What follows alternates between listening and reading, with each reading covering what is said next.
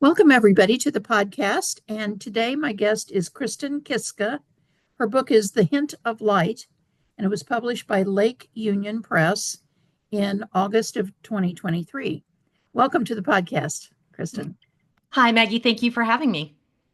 Speaking to us from Virginia, right? Is that Yes. correct? Yeah. Okay, let's hear a little bit about what The Hint of Light is roughly about. People come up to you at the book festival and say, "What's your book about?" What do you Well, say? The Hint of Light is a story about a woman who has found out, or her son has recently passed away. And that's where we meet her. And she finds out that he may have fathered a child. So she goes on a desperate search for this rumored granddaughter of hers. And in doing so, has to take an emotional journey where she also revisits parts of her past that she might not like to dredge up again.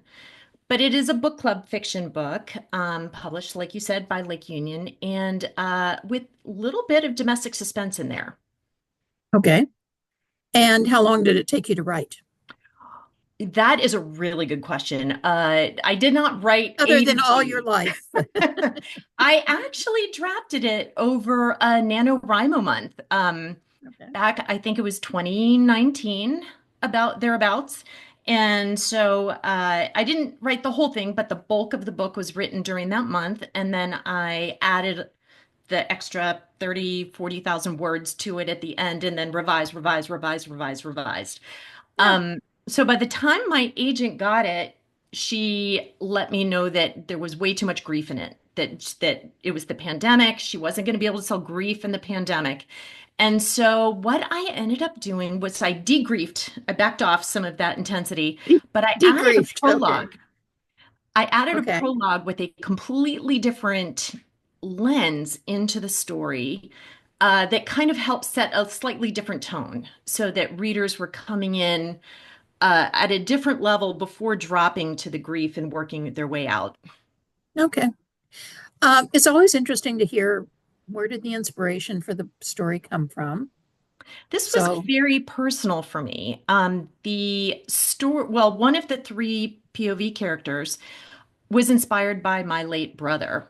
And this character, Kyle, is my unlikely hero. And what happened was, after my brother passed away, I really had hoped that he had left someone behind, a, a child, someone that we could love on and focus our missing him and so forth. And so The Hint of Light was really a passion project of mine, and it was the manifestation of my wish.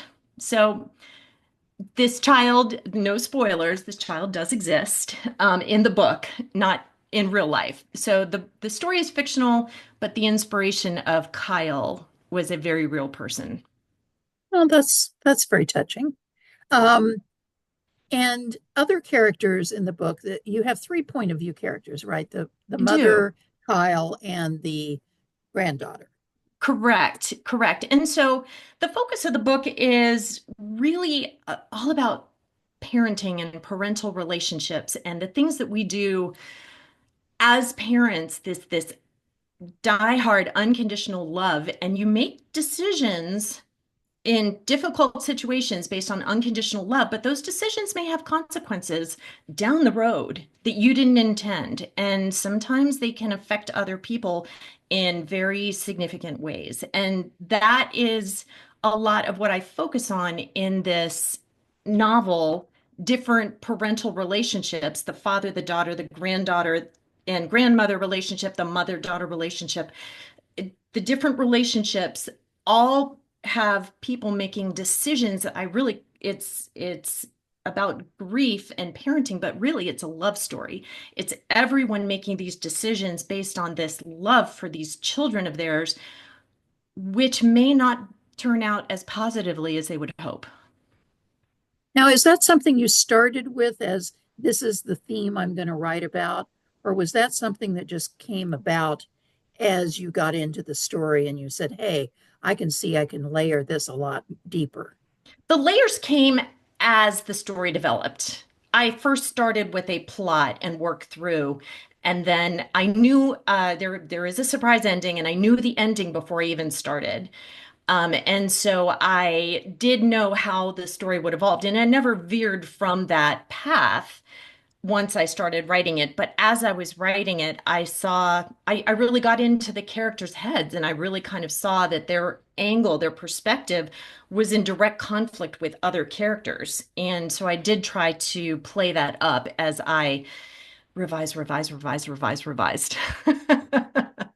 What would you say, in thinking back, were some of the maybe a couple of major revisions that you did during this time? Well, one of them was when my agent came back and said too much grief. Too much grief. That Yeah. was going to be a non-starter. I don't even know how far she got into it, but maybe only the first 50 pages. And she was like, okay, wait a second. So we took a step back and I changed that.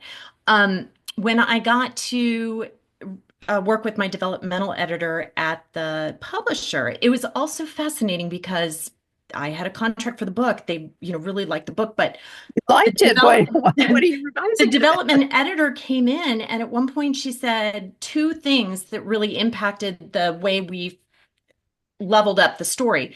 And that was one, she didn't believe that my Kyle character, as she was reading it, could have a change of heart. And that was critical to the story. So I needed to make sure. So I really had to develop his character in a sympathetic manner as the story evolves. So I really did a lot of character work on him. But then there's a surprise ending at the end, and my editor didn't think that the motivation for the surprise ending was strong enough for that particular character.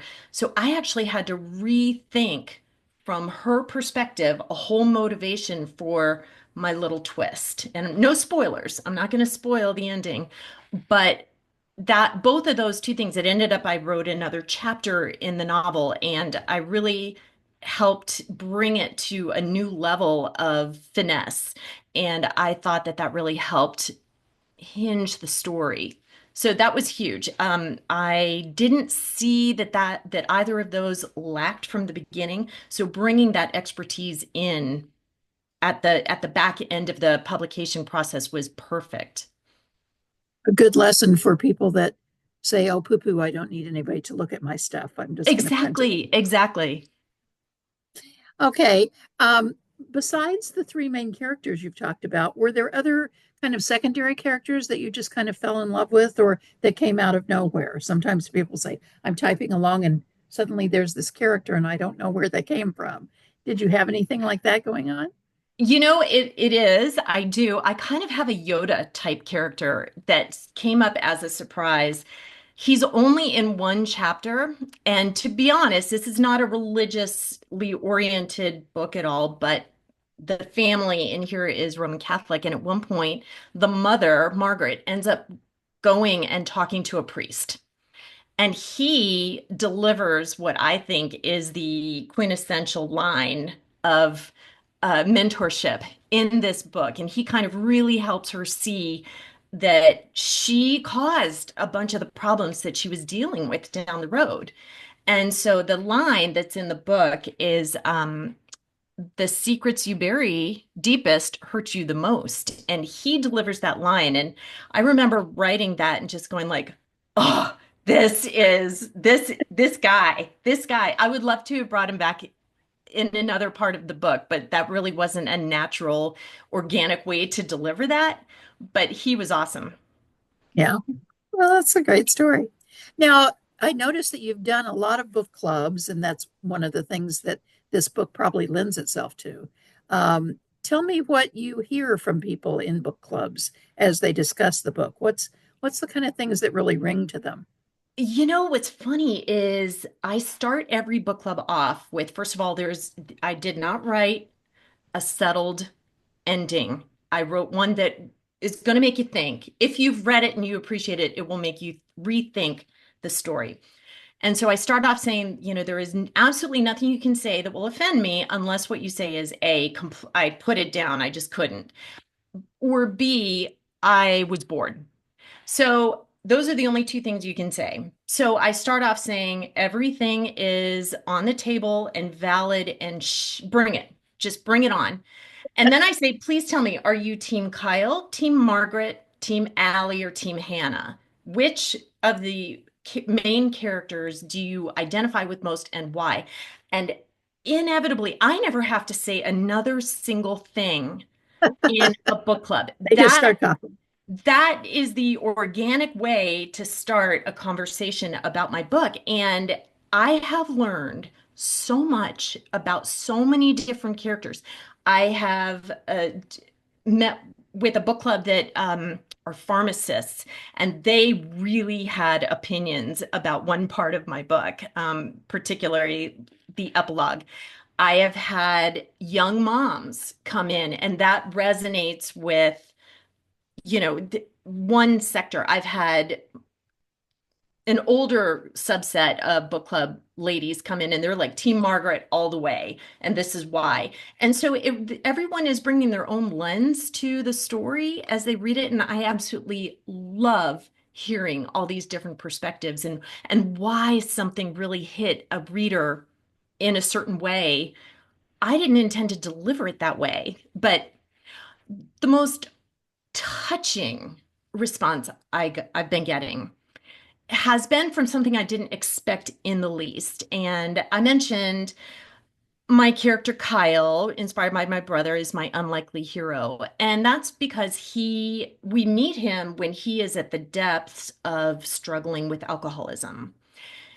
And what I have found, and there's a disclaimer in the back saying, this is just one data point. I'm not trying to stereotype alcoholism or nor how it manifests in different people. But I have been getting reader comments privately to the effect of, thank you for giving this voice. This is what I experienced. This is what I saw my loved one experience. This is what we went through. This is how this was an authentic view of a person struggling with alcoholism. That has touched me so deeply. And I didn't set out to be a voice for this population, but the struggle is real. And so many people have loved ones and family members, and even themselves have been struggling with this disorder. And it is just been beautiful that I have been able to open a window to some people in their struggles. Well, and you talked about how you wanted to honor your brother and were thinking of a way to deal with your grief. And maybe this is the way that came out, is the effect you're having on other people through your Yeah, book. it's the most character-driven fiction that I have written. And I absolutely adored digging deep into the psyches of my characters. And really, I found a piece of me in every single character that I wrote, which Yeah. was magical. Well, let's have you read a passage that you've picked out to give us a feel for the style of writing and maybe a little bit of the plot and whatever. Okay. Well, I will not kick off with the grief, as I mentioned before. I'll kick off with the Okay. prologue. Keep things a little lighter. Motherhood is not for the weak, in my opinion. It should have a warning label attached to it. Only dedicated individuals with boundless energy, unconditional love, and a high tolerance for pain need apply. She didn't arrive in the normal way. My water broke while I was waiting tables, so my manager drove me to the nearest hospital. I waited on a gurney in the emergency room because there were no available beds in labor and delivery. The nurse had teased me, blaming it on the full moon.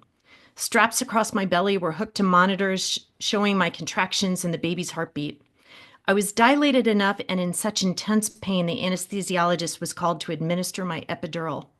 But as the bands of fire slicing across my swollen belly faded, the monitors pinged, summoning the nurses to hover over me, scanning my printouts. They called it fetal distress. Within minutes, an orderly rushed me to the operating room. Though drapes hid my view, the surgeons clipped orders to the scrub nurses, put me on high alert. Reflections off the metal light fixture overhead afforded me a blurry view of movement, but I couldn't discern what was happening. Dread seeped through my numbed body. I had no one there to advocate for me, not the baby's father or my parents. I begged for updates, but my oxygen mask absorbed my shouts, making them inaudible to others, though amplifying them in my head. The surgeon's tangible silence confirmed my worst fears. I was losing her. Suddenly, a team of neonatal doctors and nurses swooped by me, taking my baby with them to the far corner, again shielded from my view. Controlled panic infected every air molecule in the room. Still, no one would answer my ever escalating pleas. My only consolation was that my baby must be still clinging to life if everyone was so focused on her. Fight, my precious love, be strong. A tugging sensation below my ribs indicated that my doctor was suturing my splayed open belly, so I counted to 10, to 50, to 100 and beyond. With each ragged breath I drew, I whispered a prayer that God would not take my baby from me, not after everything I'd been through. He couldn't do that, could he? As I reached 500, a nurse wandered around my drape and showed me the most beautiful purple-faced burrito swaddled in a white blanket and a doll-sized knit cap embellished with pale blue and light pink ducks. Meet your daughter. Relief flushed through my veins. No one warned me that in that nanosecond I clapped my eyes on her, I'd be a goner. This perfect little creature chose me to be her mother out of all the other women in the universe. Me. In that instant, I vowed to never let her suffer one single moment of pain. I'd risk my life to protect her. Over the years, I've devoted every waking moment, every cent I've earned, and every prayer I've ever uttered to support her care and well-being, to lift her higher. No repayment expected. She has no idea the countless nights I've stayed awake in awe, watching her sleep. Don't get me wrong, I'm no martyr. I do it all over again and twice as hard. She is my everything. But I have two regrets. No, that's a lie. The truth is, I only have one. The first instance brought me her. In a million years, I'd never regret that. Had I been young, reckless, and over-trusting? Guilty. But being a single mom has been my badge of honor. I'm proud of how far we've come together. My true regret was my mistake, a momentary lapse of judgment that I've paid for ever since. She is my everything throughout her lifetime, my lifetime. No, time is meaningless here. A mother's love is infinite. Nice. So let's move into how you got it published. You described having some previous books, and you also described a little bit of an unusual situation. You kept talking about your agent, even though they hadn't read this book. So you had an agent before. Tell us about that.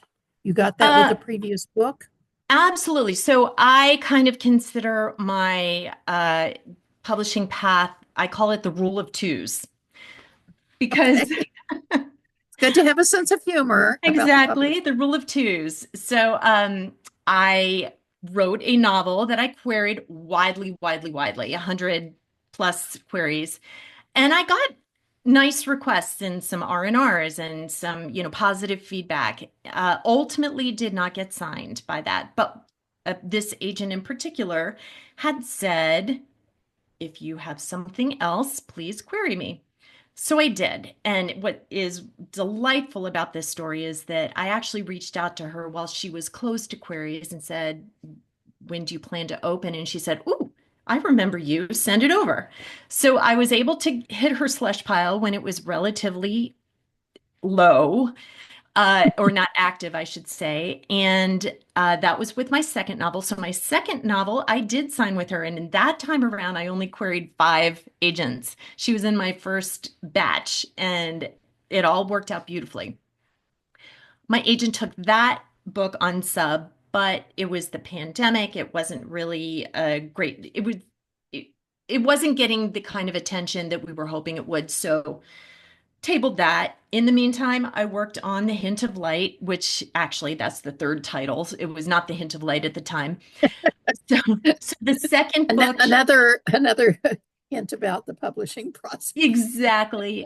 Do not get married to your title. It may not stick. Or your cover. Or your cover. So the second book I queried got me my agent. The second book she took out on sub got me my publisher.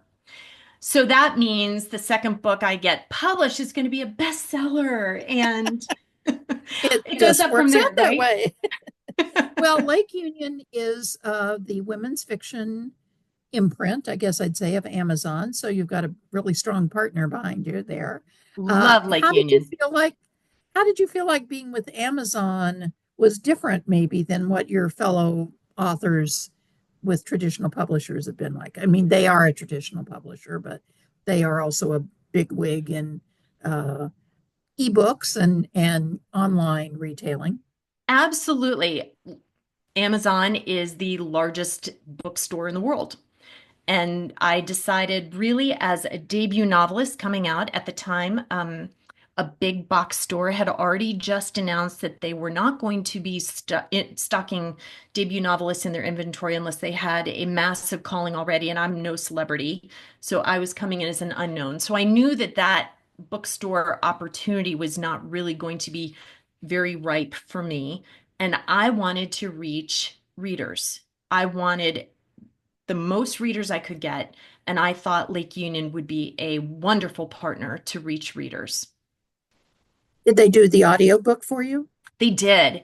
And the Okay. audiobook is wonderful. Going into the experience, I thought it was going to be one narrator reader, but they actually had four audio Oh, readers, one per main character, three of for the which. teams. Yes, and so that was fantastic. And I got to listen to the audio audition where each Mhm. one read the first couple of minutes of their character. And Well, that was an amazing experience. well, tell me about what you yourself have handled in the marketing. Did you have a outside publicist, or did you just have the inside Amazon publisher I did, publicist? yeah, I had the marketing team from Amazon. I did not hire a publicist. However, I did hire a book tour operator on Okay. Instagram. So, and Okay. I did that a couple of times. I did that for the cover reveal. This was released in August, but in June, I did a reveal with bookstagrammers, and that was wonderful. That was a 3-day blitz where about 25 different bookstagrammers showcased my cover and the description of the story on their Instagram accounts. I felt like Cinderella. It was amazing. And there was so much energy and buzz around that really bookended the life of the start of this book, and that started a pre-order campaign. After that, when the book was published, I did a book tour where the similar or some same but new Right. bookstagrammers read the book and published a review of the book. And that was scheduled around the week before and after the launch. And that was wonderful to get my first reviews hitting social media. So that those two things were really very powerful tools at my disposal. And you sound like you've also done a fair number of being on panels, appearing at bookstores or appearing at events and things like that. And that must be all driven by you doing that, It getting is out it there. is entirely driven by me. But I'm not 100% new to this. I have in my past writing credits, I have published a number of short stories through anthologies, and in that respect, I have been able to network and meet different event hosts and different conference hosts, and I'm not totally an unknown. I have contacts that I can reach people and try to forward plan some events. And I do try to do the in-person festivals and conferences to the extent possible, definitely regionally in the Mid-Atlantic region. But I've been to Chicago a few times too. My home stomping ground. Did you use any of your fellow writers? I mean, a lot of people will organize what they might call a street team to give you early reviews, but people that you know or tangentially know. I didn't have a formal street team, and that is something that I think I would like to do next time around. Having a built-in team for energy to blitz when the book launches and to try to drive a little bit of that energy. I will say that I have done collaborations with other authors. I've been hosting other authors on my newsletter, and they have done the same. Or I have been invited to blurb a couple of new novels that are coming out. And so I am going to be featured on their Amazon page. It's wonderful being a very active, good literary citizen. You're giving, but every time you give, a little bit comes back to you as well. So there's a lot of sharing the love. I absolutely adore supporting other authors in any respect that I can. One of the things I like to ask people is what didn't work? What would you warn people against? Oh, that's a lot, kind of a waste of time or a waste of money, or I don't know, I didn't do it right or whatever. I I put together a gift box that I sent as a thank you to the different authors who blurbed me, and that is wonderful. That is not a negative. But I sent a gift box out to a certain A-list influencer that I was Hoping that they would. hoping, fingers crossed, I was hoping might generate some interest after, which did not happen. I think I would still do that again in the future, but if you only do that if you're willing to risk the investment. It's not worth doing it if not. If So it gets people don't fire, send it to Reese. She's got enough. that's right. So definitely it was a I sent all the good vibes with that little gift box with the book inside it, but I'm not sure that it ever crossed her desk. So, Well, now that we've come to the end of the interview, let's hear something quirky about you that you're going to share with us. I know okay. this is a hard question, but So my quirkiness came from my youth, and in my 20s, I told my parents that I was going to go travel, and I bought a one-way ticket to Prague. And I ended up living there for 3 years, and my parents thought I was nuts. But little adjacent note to that story is I traveled so much in Europe when I lived in Prague that I actually had to go to the US Embassy in Prague and get extra pages added to my passport. oh wow. And how did you support yourself while you were there? I found a job in Prague. Regular old job? Yeah, I got a job and I was able to, when I lived there, I was there on a travel visa, and Yeah. the requirement for that was you had to cross the border every 30 days and come back Oh, in. okay. So your travel visa That's the was good for traveling. 30 days. So I was like, okay, Paris, London, Austria, Vienna, I'm being Austria, forced to do this. You're Italy. forcing It was me. wonderful. So my work supported my travel, and I didn't save a whole lot, but there you go. It was a wonderful And 4 now years. you have stuff to write about. You have a life that you've lived and you can write about. Well, what is next for you? Well, my agent is hopefully, fingers crossed, going to agree to go out on sub with my next novel early in the new year. And I hope Oh, that next time I chat with you, maybe I'll have some good news. and this is women's fiction or women's fiction suspense blend? This particular one is a little bit more in the thriller. It's an upmarket thriller, but with d- set in London. So I wouldn't count it strictly in the women's fiction world. This was written as this was being published, but I am working on another women's fiction manuscript right now that I hope will be back smack in the same reign. This one was about parenting and unconditional love, and the one that I'm writing right now is about sisterhood. Okay. Good, strong women's fiction area to be into. Well, thank you very much, Kristen. It was a pleasure talking to you.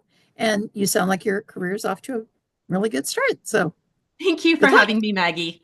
Go Women's Fiction Writers Association. Exactly.